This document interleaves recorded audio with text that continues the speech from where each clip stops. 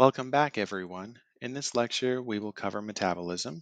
This will include a brief coverage of the laws of thermodynamics, Gibbs free energy, reaction coordinates, and enzymes. Metabolism, in a nutshell, is the energy processing of the cell, and in the process, creating or breaking down molecules. It's important to point out that when we are discussing metabolism, we're not referring to an emotional state, the vibe of a room, nor any supernatural connotation of that term. Rather, we're discussing the capacity to do work and how that capacity is applied.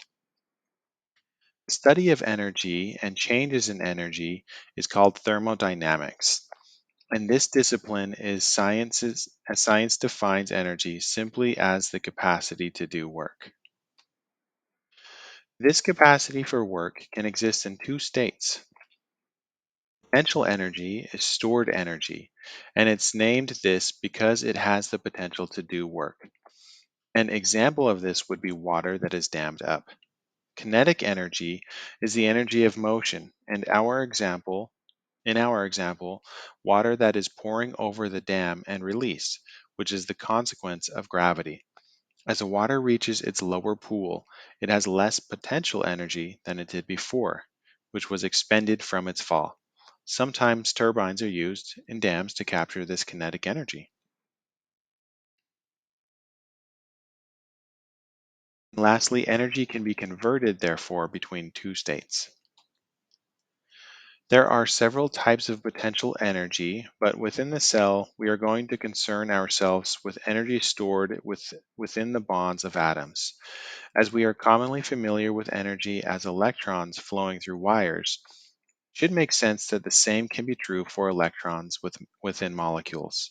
Some chemical bonds have more energy stored in them than others, and depending on which ones are broken and which bonds are formed, a chemical reaction can release energy or require energy to complete. Ultimately, the goal of metabolism is to be able to take the energy stored in molecules, namely carbohydrates, lipids, and proteins, and be able to utilize them to do work within the cell. Referring back to our two states of energy, potential and kinetic. Potential energy is stored within the electron bond between atoms, just like the potential energy within a battery. A battery is a device that takes stored chemical energy and converts it into electrical energy via an electrical current. Heat is an easy way to measure energy, and because the energy in chemical bonds can be converted to heat, they are often in such a manner. For example, the kilocalorie is a unit of measurement of heat energy. A kilocalorie is 1,000 calories with a lowercase c. Sometimes scientists do not want to write out kilocalories, so instead they call it a calorie with a capital C, or a big calorie. So one capital C calorie is equal to a kilocalorie, which is equal to 1,000 lowercase calories, or small calories. The capital C calorie is the one that is used on the packages of food labels. If you're interested in knowing, the small calorie is the amount of energy needed in order to increase the temperature of 1 gram of water by 1 degree Celsius. And carbohydrates and proteins have 4 kilocalories per gram, while fats have 9 kilocalories per gram. As previously mentioned, the potential energy stored in bonds varies depending on what kind of bond it is. Here we have a depiction of the chemical bonds within a sugar. I want to be very careful to point out that the lines drawn in no way represent the distances or strengths of the bonds. That said, the true length of a bond between atoms signifies the strength of the bond. Shorter bonds are stronger, harder to break, more stable, and store more potential energy than longer bonds. The length of the bond is determined by which atoms are bonded to each other. Remember that different atoms have a varying number of electrons, and how many orbitals of electrons it will have affects the strength of the bond. Additionally, electrons have different orbitals of varying distances from a nucleus, and the distance the bonding electrons or the valence electrons of that atom are from the nucleus of that atom also affect the strength of the bond. Now, you won't be tested on those components, but it is necessary to be aware of them. Here, carbon-hydrogen bonds have the most potential energy stored in them, as 98.9 kilocalories are released per mole of these types of bonds being broken. This must therefore be a shorter and stronger bond than carbon to carbon and carbon oxygen bonds. We know that hydrogen is smaller, has only one electron orbital, and the valence electron is circles very closely to the nucleus compared to oxygen or carbon, and therefore we could conclude the bond would be stronger between hydrogen and carbon than oxygen or carbon with carbon. These three reasons, again, don't necessarily need to be committed to memory, but you should somewhat be aware of these differences to help you see the patterns. The amount of energy stored in a molecule is going to depend on the sum of all of the different chemical bonds. For example, glucose provides 686 kilocalories per mole of glucose, and palmitic acid has 2,340 kilocalories per mole. Palmitic acid, which is a fatty acid from palms, and due to the number of bonds and the high amount of carbon hydrogen bonds specifically, it has far more potential or chemical energy than glucose does. The process of breaking bonds is the main method of harvesting energy by organisms. Even the process of photosynthesis doesn't exactly use light energy to do work. Technically, the sun's energy, or its photons, are used to split water molecules. In the process of the water molecules' hydrogen oxygen bonds being broken, releases energy that is then captured by the cell.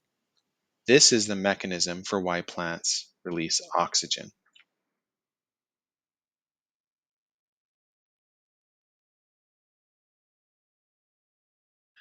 So, the potential energy in bonds, called chemical energy, is harvested when chemical bonds are broken. These reactions are collectively called oxidation-reduction reactions, or redox reactions for short. The name makes it seem much more intimidating than it should be. So let's take a step back and just dispel where it gets its name. You might have noticed that oxidation sounds an awful lot like oxygen. If you can remember, oxygen is highly electronegative, which is why it can hydrogen bond in the first place. In fact, it is so greedy with electrons, it can sometimes steal the electrons of other molecules or atoms entirely. When oxygen takes an electron from another, we call this oxidation, and the atom or molecule that loses the electron has been oxidized. Now, note that we don't stop at calling it an oxidation reaction. There are two sides of each coin.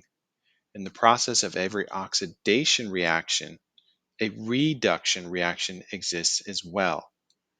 Recall that electrons have negative charges.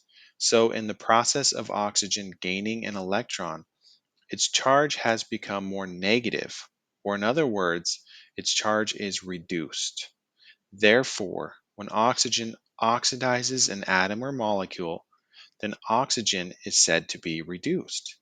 Hence, these types of reactions, which go hand in hand, are called oxidation-reduction reactions. Lastly, while oxygen is the atom where the redox reaction gets its name from, any reaction where electrons are exchanged is a redox reaction, whether or not oxygen is involved. We'll dive into more detail for redox reactions in chapter 7 and 8. Checkpoint 1. When an atom of sodium and an atom of fluorine bond with each other, which one is reduced? A. Sodium or B. Fluorine?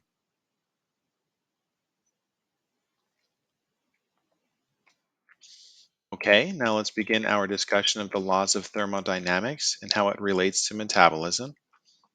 Sometimes these reactions we've discussed are happy to occur without any added input, just like water flowing downstream. However, some chemical reactions are not initially energetically favorable and need energy to prime the reaction, or energy to be completed. For example, the Greek god Sisyphus pushing a boulder up a hill, the boulder's not going to roll up the hill itself. It needs energy inputs to do so. The laws of thermodynamics determines which reactions occur spontaneously or non-spontaneously. In the last lecture, we discussed how osmosis works, in that chemicals want to cross a membrane in order to create an isotonic solution. This process requires no energy investment and is therefore called spontaneous. However, sometimes the cell needs to work against a chemical concentration gradient.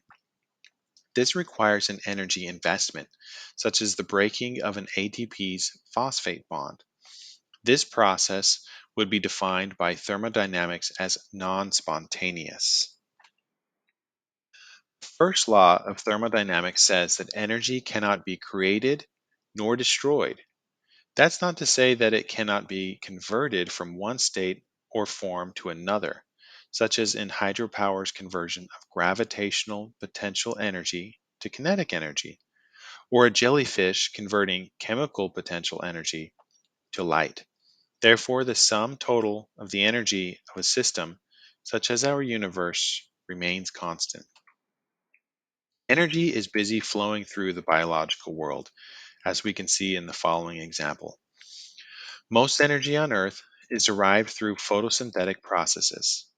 It's done so by living organisms called primary producers, or sometimes just producers, and then converted again and again by various consumers.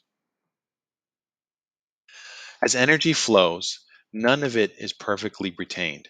This is what thermodynamics means when it says some of the energy is unusable. This unusable energy is the form that is lost from the system in the form of dissipated heat. Just to clarify, the system of life on Earth is not a closed system. So this is not a violation of the first law of thermodynamics. No energy is lost in the system as a whole, that being our universe. This leads us into the second law of thermodynamics. That is that disorder, which is called entropy, of a system is always increasing with time. Order requires more energy and is less stable than disorder. An example of this is water. Ice is a state of water in which the molecules have a very orderly form.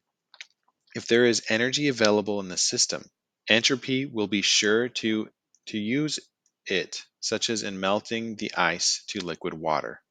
Liquid water is much more chaotic and disorderly. Not visible to the unaided eye, at the molecular level, little water molecules are bouncing around in every which way within the glass. This is not the case for ice, where the water is pretty stable in a crystalline like structure. At stable temperature, the water will never spontaneously become ice again, just like how a boulder will never spontaneously roll up a mountain. So, why is heat such a commonly occurring drain on the system? Heat is the most disordered form of energy, and therefore, because of the second law of thermodynamics, energy transformations that convert more ordered forms of energy into heat are favorable.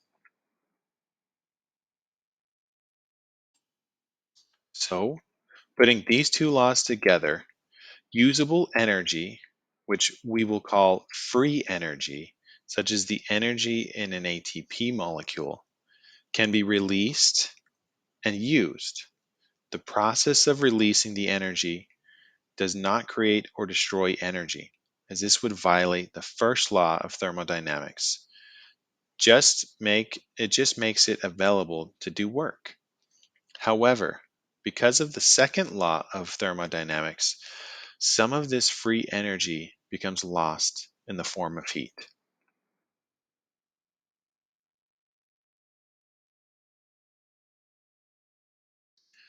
Usable energy is measured using a quantity called Gibbs free energy. Gibbs free energy allows us to predict whether a reaction can occur spontaneously. This is called the system's change in Gibbs free energy. Change is denoted with the Greek symbol of delta, which is shaped like a triangle here. So the symbol delta G stands for the change in Gibbs free energy. If the amount of free energy decreases over the course of the reaction, the delta G is negative. So when heat is lost in the reaction, the total energy remains constant, but the total free energy was decreased because some of it was converted to unusable heat energy. Okay, checkpoint 2. In the energy transformation shown below, the change in Gibbs free energy is A positive or B negative. So to recap, chemical reactions that produce heat result in a decrease in Gibbs free energy or a negative delta G. These reactions occur spontaneously because increasing disorder is favorable. Chemical reactions that require an increase in Gibbs free energy do not occur spontaneously. They require energy to be supplied from outside of the system. We have two terms that distinguish these two types of reactions. Exergonic reactions are when the reactants have more free usable energy than the products and are therefore spontaneous. The images you see here are what are called reaction coordinates.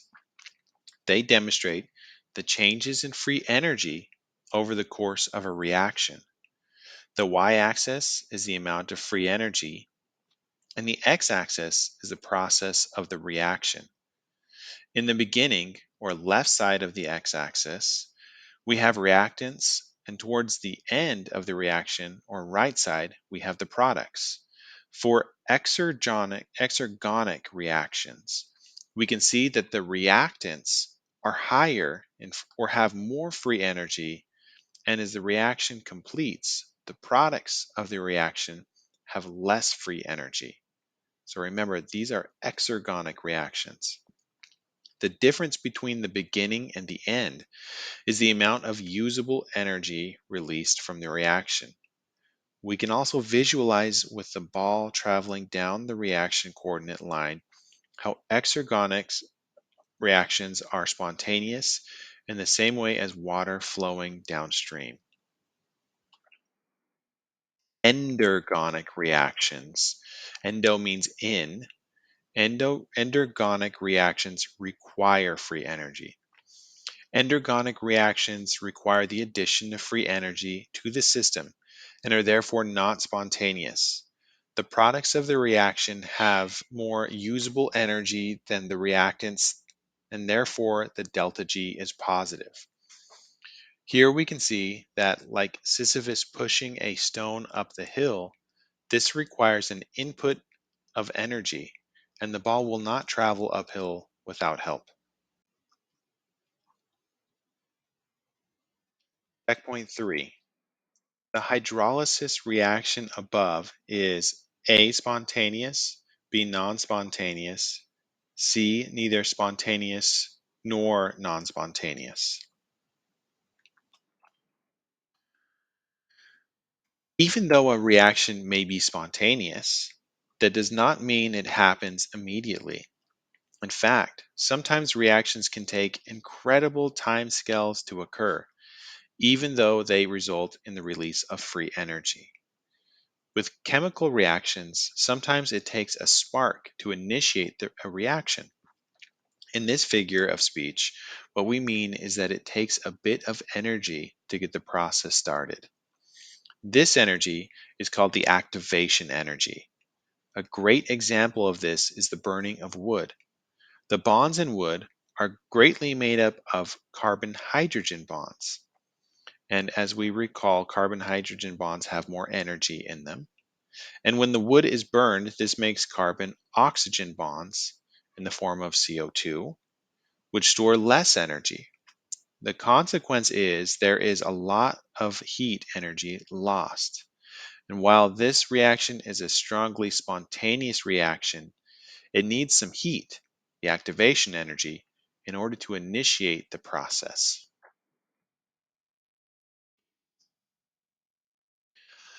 The reaction coordinate is a wonderful way to depict this process. To the right, we have the reactants, to the left, the products. And in the middle, we have our transition state, which is in between reactants and products. With our campfire example, the wood being the reactants and the carbon dioxide being the products. The line demonstrates how much free energy is in the system. As we can see in the middle, an amount of energy must be added to the start of the system. But if we look at the arrows indicating the delta G, we can see that the overall reaction still has a negative delta G and is therefore overall spontaneous.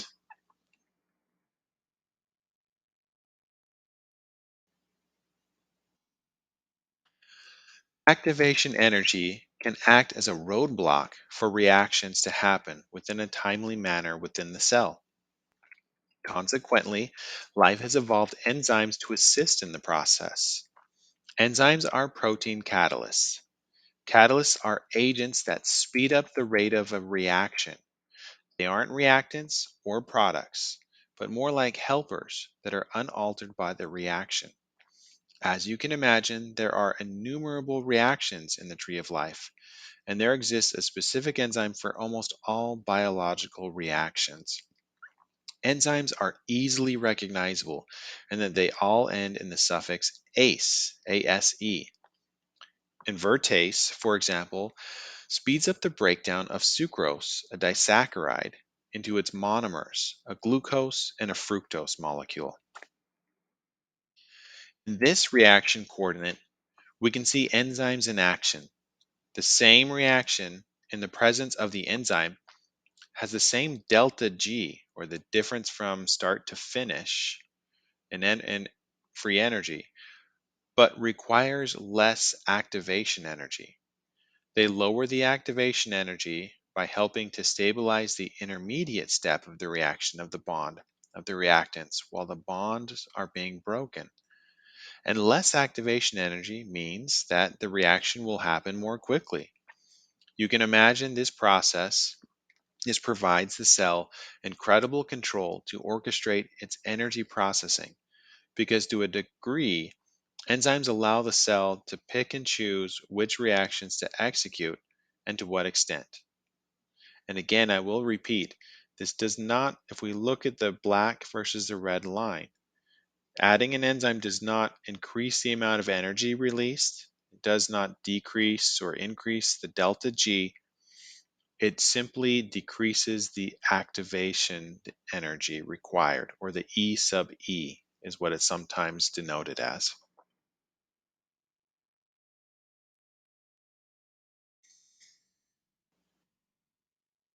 Let's take some time to analyze the molecular mechanisms of how enzymes work. An enzyme is a protein, and its amino acid sequence determines the tertiary structure of the enzyme. The enzyme's three-dimensional shape forms what's called an active site, and the active site is where the reactant binds. The reactant is called the enzyme's substrate. This creates what is called the enzyme substrate complex, which is the intermediate of the reaction coordinate between the substrate and the product. And here we can see invertase in action, catalyzing the breaking up of sucrose with a H2O molecule. So right where that sucrose molecule squeezes in, we would refer to that as the active site. Point four, enzymes are composed of what kind of chemical building blocks? A, sugars, B, lipids, C, proteins, or D, substrates. Life has 20 different essential amino acids, each with unique properties based on their R groups, seen here highlighted, and their catalytic ability of an enzyme does not just depend on the tertiary shape of the protein, but also the location and type of amino acids within a protein at strategic areas. For example, invertase has a glutamic acid amino acid and aspartic acid within the active site. This amino acid has a carboxylic acid R group available that helps facilitate the hydrolysis reaction required to break the disaccharide bond of sucrose.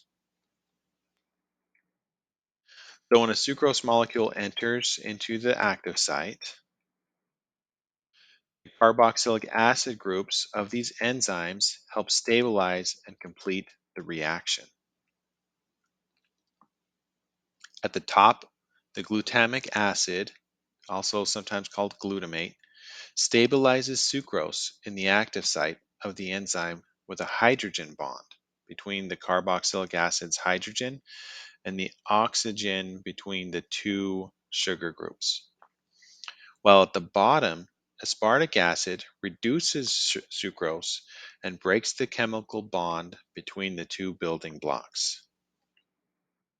Now, keep in mind, the enzyme isn't extinguished in the reaction, nothing is lost in the enzyme, and it can be used over and over again because the enzyme remains unchanged. This here is called a metabolic pathway map and is a generalized representation of some of the larger reactions that take place in the cell and the different routes biomolecules can take to make other biomolecules or process energy. Along any line, there are a number of different reactions. And the point here is to demonstrate that there is an incredible number of enzymes that must be coordinated in order for a cell to properly function. Additionally, each enzyme has a specific environmentally optimal condition that they are active in, such as a specific salt concentration, pH, temperature, etc. And checkpoint 5. What does this graph say about the effect of pH on the activity of invertase?